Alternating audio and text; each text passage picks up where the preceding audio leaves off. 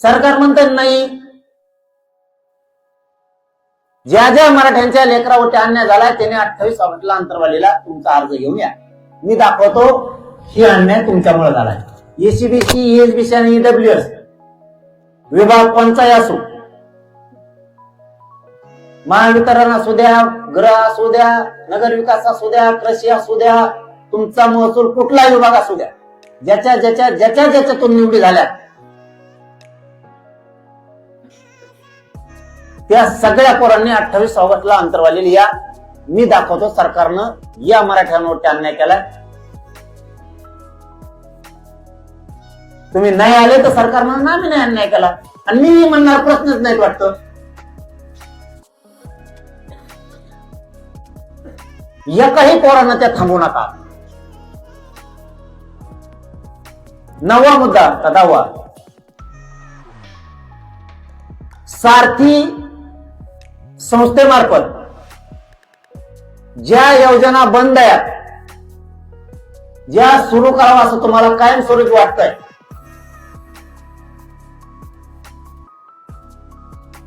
ज्यांना कुणाला माहिती आहे या सारथीच्या योजना बंद आहेत त्यांनी अर्जासह 28 ऑगस्टला अंतरवालीत येऊन बसा. याला जोडून सारथी मार्फत ज्यांनी फायदे घेतलेत पण त्यांना आता त्याचे लाभ देत नाहीत, फायदे देत नाहीत, त्या विद्यार्थिनीचं वाटोळं झालंय, नुकसान झालंय.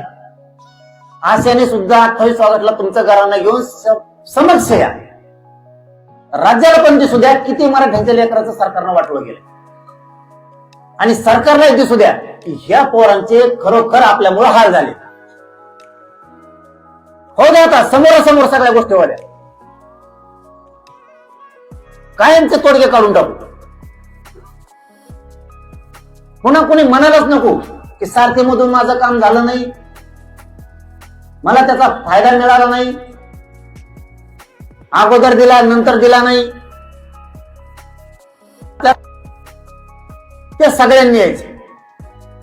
आता इथं एक मुलगी आहे,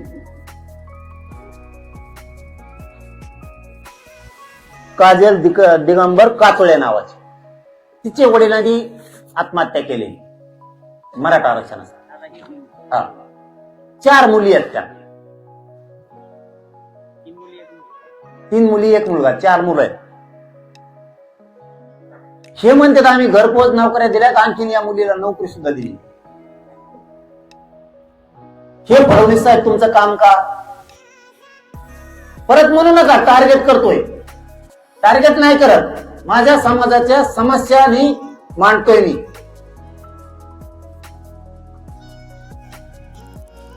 माझ्या समाजाचे दुःख तुमच्या पुढे मांडतोय. कधी देणार तुम्ही?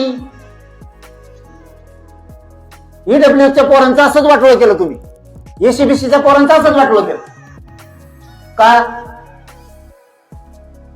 माझ्या क्षमता नाही राहिल्या ऐकून घ्यायच्या. एक पोरग जर आणि आमचं एक विद्यार्थिनी पोरगी जर संपणार असले, तुम्हाला सांगतो आपल्या जिन्याला सुद्धा इथं उभं राहिले जेवढे आहेत ना, आपल्या जिन्याला सुद्धा काय अर्थ नाही. आपला समाज आणि लेकर संपणार असले काय अर्थ नाही. फुकट पांढरे कपडे घालून इकडे तिकडे हिंडणं,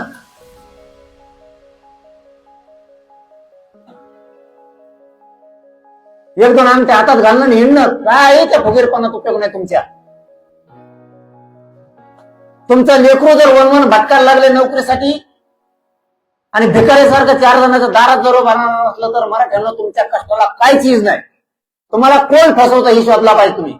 भला आपला पक्ष असला तर चुकीला चुकच म्हणायचं शिका जातील. जी जात असं शिकली चुकीला चूक म्हणायची ती जात सुधारली.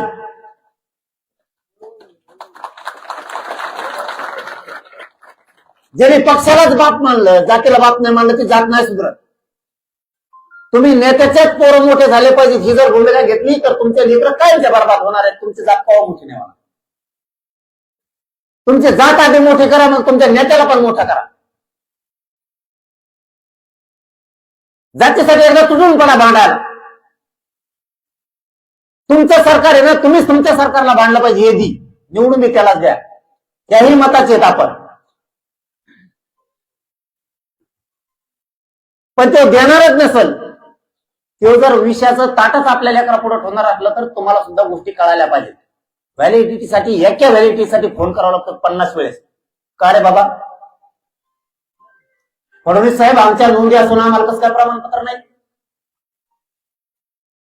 आम्हाला व्हॅलिडिटी कोणत्या ओबीसी व्हॅलिडिटी केली फडणवीस साहेब तुम्ही आतापर्यंत?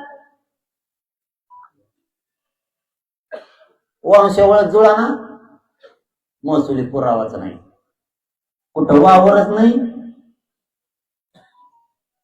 आता मला सांगा, एखाद्याची नोंद निघाली त्याच्या जन्म मृत्यू त्याच्यावर, किंवा शांत उभा राहा, समाज लय महत्वाचा आहे. तुम्ही मला काही किंमत नाही, तुम्हाला नाही, मला नाही. एखाद्याची नोंद निघाली जन्म मृत्यू त्याच्यावर, काही काही बैल विकायला गेले, बैलाच्या दाखल्यावर कुणाची कशावर कुणबी आहे, ज्याची नोंद सापडली ना त्याला म्हणतात महसुली पुरावा द्या, त्याला वावरच नाही, त्याची काय चूक आहे? काय राव फडणवीस साहेब, मराठ्यांनाच का फक्त नियम, आणि ज्या जातीचं आरक्षणात बसत नाही त्यांना पोट जाती आणि उपजाती म्हणून तुम्ही आरक्षणात घातल्या. किती हो तुझ्या भाव, किती टार्गेट करून मारणार रे मराठीचे समाजाचे पोरं? जो समुदाय कधीच आरक्षणात बसू शकत नाही त्यांना तुम्ही पोट जाती उपजाती म्हणून आरक्षणात घातलं. आणि आम्हाला विचारता तो महसुली पुरावा द्या, आता वावरच नाही. तुम्ही त्या 4-5 चक्कर घेऊन लगेच महसुली पुरावा दाखवतो, मस्त पैसे फडणवीस कारण झाला बाहेर गजट येते. मराठ्याला वावर नाही ते वावर तरी घेतील. काय त्या पैशाचा उपयोग होऊन द्या काही तुमच्या थोडंफार, येऊन द्या गोरगरिबाच्या कामाला. मराठी तरी म्हणते ना आम्हाला 2-3 एकर वावर घेऊन दिलं, नाही ते तसंच व्हायचे, जायचे असे कुजून पैसे. एका खेड्यात झालं बघा तसं, एक माणूस लय चिंबूस होता, चिकट लय पैशावर होतं, पण चिकट होतं, कोणाला देतच नव्हतं, नुसतं पैसे जमून व्हायचं. पण पैसे चोर नाही म्हणून गंजीत लपून ठेवले. गंज कळत तुम्हाला, बाजारीचे कडब्याचे गंजीत लपून ठेवले, गंजच पेटली. तो पाणी टाका म्हणतच नव्हता, तो फक्त म्हणायचा पलीकडे कोपऱ्यातून वाढा. पलीकडे कोपऱ्यात काय वाढा लोकांना कळणार, त्यालाच नाही होतं पैसे येतील. आणि त्याच्या नशिबात नेमके 8 दिवस पैसे जळले, 8 दिवस राहिले. आणि नुसतं असं म्हणायचा, येड लागलं त्याला ते पैसे घेऊन. आता कारण 8 दिवस जळले कामालाच येणार. तसं फडणवीस साहेब घ्याव दे तुमचे पैसे कामाला, गरीबाचे गंजी गोची ठुले असले तर. गरीबाच्या लेकराला तुम्ही पुरावे मागायला लागले. कायचे पुरावे त्यात जाऊ? लोकांच्या नोंदी नाहीत आमच्यावर, नोंदी आहेत. काही काही जागेवर काय झाले, नोंद सापडली पंजाची, थोडं पुढं आलं लगेच त्याचा नातू लागतो वंशवळी. नातवाला जमीनच नाही राहिली, ते म्हणते तो आपण सोडला पुरावा, त्यांनी ही केली. म्हणजे यांच्या थोडक्यात ई केवाय सारखं आहे. केवाय करा म्हणतात ना शेतकऱ्याचे, आता हा केवायसी करा म्हणतात, तशी सिस्टम आहे हे आरक्षणात बी. आपल्या ई केवायसी आमच्याकडे पोरग आलंय का रे? नाही का? उदाहरण म्हणून सांगतो, आरक्षणाला चिटकून उदाहरण आहे. 10-5 जण जमले शहाणे, पारावर रस्त्यात बघायचे, चांगलं सुखात चाललो होते, 2-3 एकर वावर घेतलं होतं, ऊस पीस लावला, 4-2 नमुने भेटले, ते म्हणले मुकादम होय, लय मजा आहे त्याच्यात. चांगलं सुखाने चाललं होतं, 26 टायर केले त्याने बैलगाड्या, 26 बैलगाड्या. फडणवीस साहेब खरं ये तुम्हाला परत फोटो वाटत, तुम्हाला मलाच वाजत, तुम्हाला नाही वाजत, तुम्ही मराठ्याला द्या, हेच मराठी तुम्हाला डोक्यावर घेते, हे पण फडणवीस साहेब लक्षात ठेवा. त्यांनी काय केलं, थांब रे बाबा, 7 आपण घेऊ, मी पुढे मागं सरकार नाही. त्यांनी काय केलं, 4-5 जणांच्या मित्राचं ऐकून मुकादम झाला. 26 त्यांनी टायर लावल्या. पण त्या टायरावर काय सिस्टम असते माहितीये का? त्याला ते जीएसटीचे पैसे भरावे लागतात.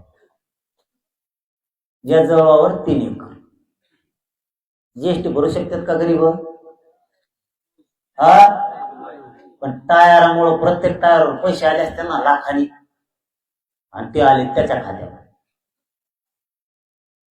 बघा फडणवीस साहेब, सुसूत्रता आणि पारदर्शक. फडणवीस साहेब म्हणतात पारदर्शक करा. बघा आता पारदर्शक कसं आहे. टायर कोणाचे, काय कोणाचे, पैसे आले त्याच्या खात्यावर, त्याने भरला जीएसटी, म्हणजे तो आला व्हीआयपीच्या रेंज मध्ये. त्याचं कुपनच कॅन्सल केलं. हा ना, कुपन म्हणजे राशन कार्ड. कुपन कळत असं ना फडणवीस साहेबाला? नाही कळत. कुपन म्हणजे कुंपण, हे तार मारणे नाही. चौकून तार मारणे ते तार कुंपण म्हणते. पण कुंपण म्हणजे आमच्याकडे खेड्यापाड्यात कुंपण म्हणतात बा त्याला, पण राशन दुकान बुवा. पिशी घेऊन जात होता 4-5 किलो तांदूळ आणायला. ते म्हणलं तुझं जीएसटी भरतो सुरू असतो. काय फडणवीस साहेब, काय तुमचा भिकारा लागते लोक गरीबाचे.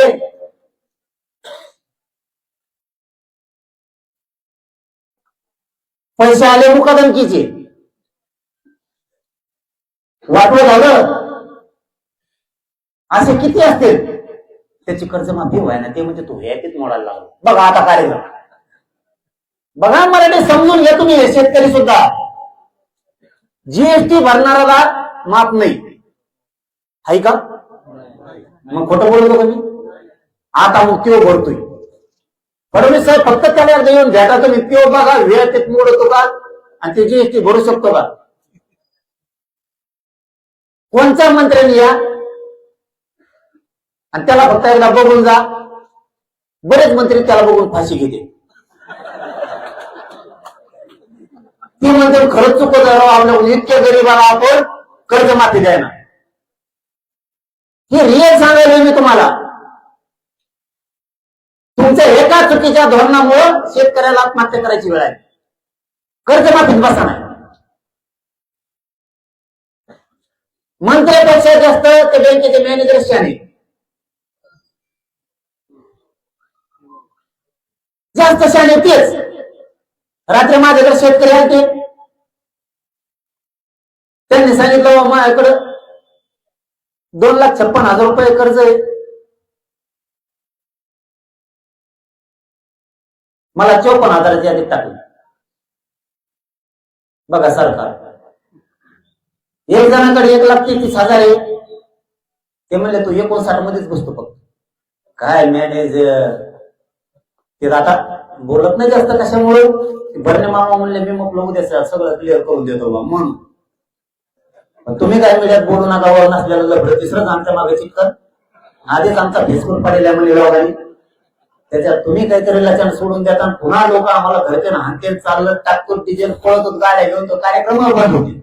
आणि खरंच शेतकऱ्यांनी सरकारचे कार्यक्रम बंद करायला पाहिजे.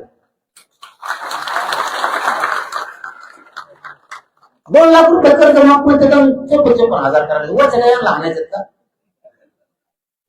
ही रिअल परिस्थिती सांगितली. असंच आरक्षणाचं चाललंय. मराठ्यांच्या पोराला एसीबीसीतून ईडब्ल्यूएस मधून नोकऱ्या नाही द्यायच्या का? हो फडणवीस साहेब, कशामुळे नाही द्यायच्या? मराठ्यांच्या नोंदी सापडलेल्या असून पूर्वी प्रमाणपत्र कशामुळे नाही द्यायचे? फडणवीस साहेब का देत नाहीत तुम्ही? तुम्ही त्याच्या व्हॅलिट्या का देत नाहीत? हैदराबाद गॅझेटचा तुम्ही जर जीआर काढला तर पूर्वी प्रमाणपत्र का देत नाहीत? नसता आम्हाला सिद्ध करून द्या. 2-2.5 लाख जर छत्रपती संभाजीनगरला कुंडी आहे गॅझेट मध्ये, तर ते गेले पुढं.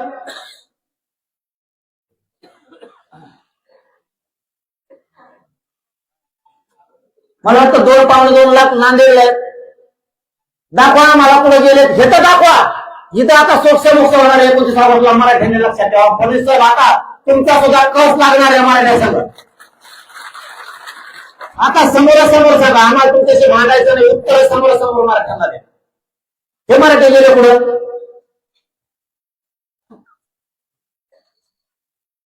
एका एका जिल्ह्यात जर 2-2, 3-3, 2.5 लाख कुंडी आहेत.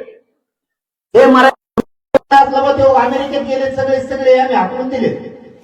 आम्ही तिथं जाऊ एसटीने नाही विमानात जाऊ. आम्ही आमचं कसं होतो विमानावर गेलो हालतो.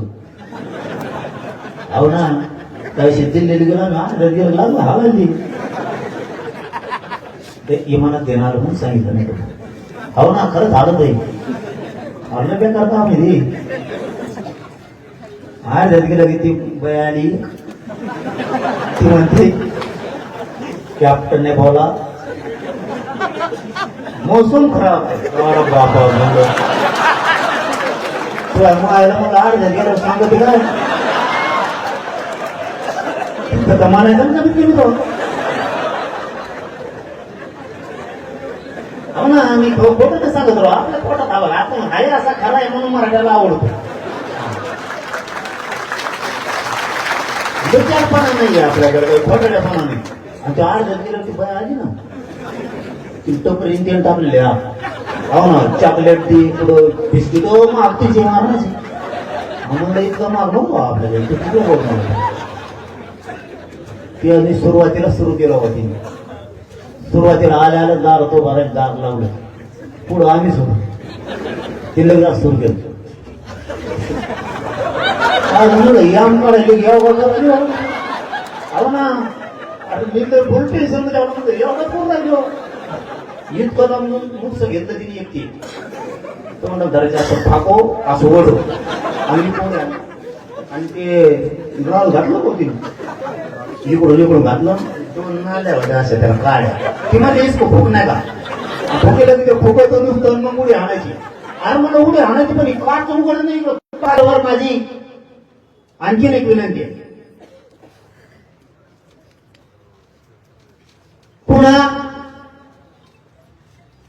पुन्हा खोटं बोलू नका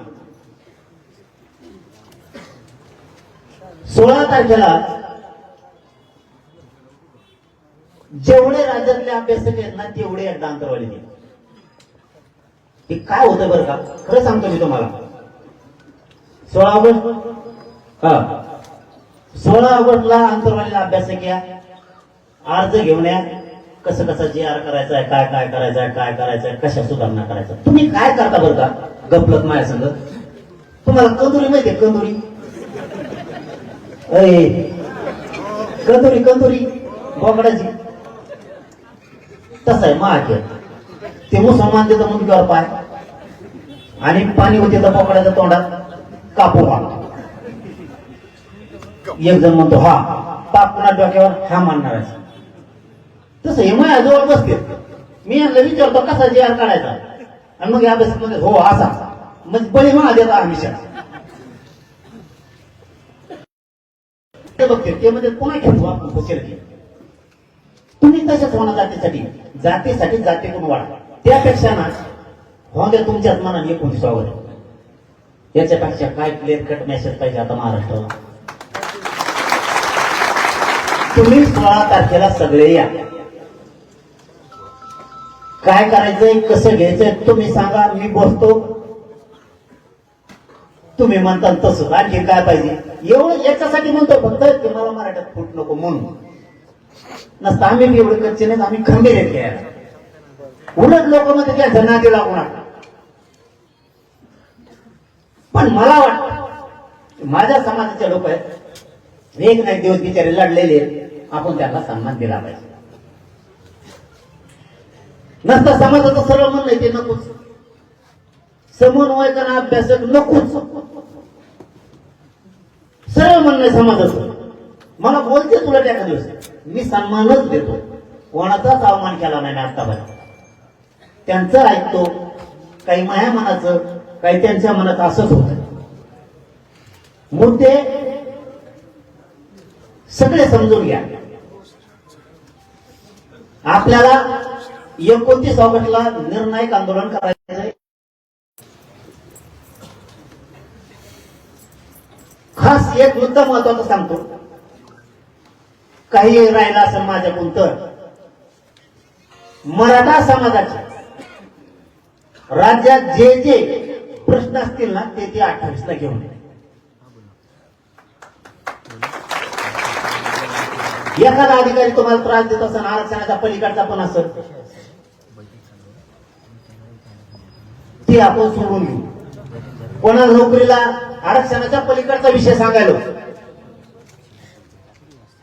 कोणाला नोकरी लागलेले पण जाणून बुजून मराठ्याचा म्हणून टाळते ते बी या एकदाच मराठ्याचा तुकडा पाडतो आता.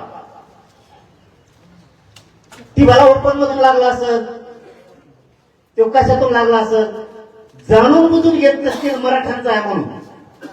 उदाहरणार्थ करणं गरजेचं आहे. बीडला 11 का 9 गड्या 11 11 जण डॉक्टर दोषी ठरले चौकशीला. मराठा समाजाने समजून घ्या तुमच्या पाठीशी किती लागले. तुम्हाला फक्त गोड बोललं जातं आणि गोड बोलून तुमचं नरड तोडलं जातं. 11 जण डॉक्टर अधिकारी सिव्हिलचे दोषी ठरले. काय केलं असेल त्यांनी, घोटाळा म्हणा घोटाळा काही असो, दोषी ठरले 11. सस्पेंड किती व्हायला पाहिजे? 11 ना. फडणवीस 2च मराठ्याचे कमी झाले.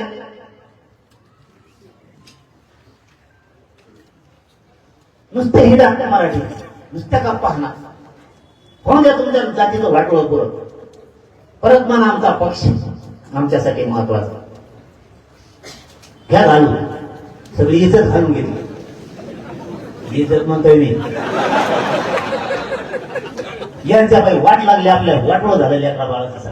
लाजा वाटल्या पाहिजे तुम्हाला.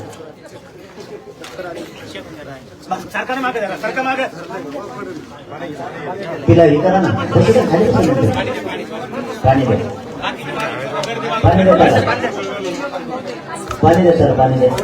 गर्दी नका, हवा मला फक्त काही नाही. अरे मला फक्त आपल्या समाजाने गाफील राहून समाजाचं वाटोळं केलं. तुम्ही प्राधान्य फक्त पक्षाला दिलं. तुमचा पाय पडतो मी, तुम्ही पक्षात राहा बरं का. तुम्ही पक्षात राहा. पण पहिले ते जातीला का, जातीला मोठं करा. एकदा जात मोठी. बाकीच्यांनी काय केलं, बाहेर जाऊ दे, नाही तिकडे हवाल मोकळ्या पटांना जाऊ दे. त्यांचं कोण आहे तिकडं हवाल जाऊ दे बाहेर. तुम्ही समजून घ्या बाकीच्यांनी काय केलं ते समजून घ्या. त्यांची जात मोठी केली मग राजकारणात गेली. तुम्ही आधी राजकारणात गेलात आणि जात संपून टाकला. मराठीची चूक कुठं झाली? थांबा आता बडबड बंद करा. मराठीची चूक कुठं झाली? मराठी आधी राजकारणात गेली. बाकीच्यांनी काय केलं याच्यावर आत्मपरीक्षण करा घरी गेल्यावर जरा. बाकीच्यांनी आधी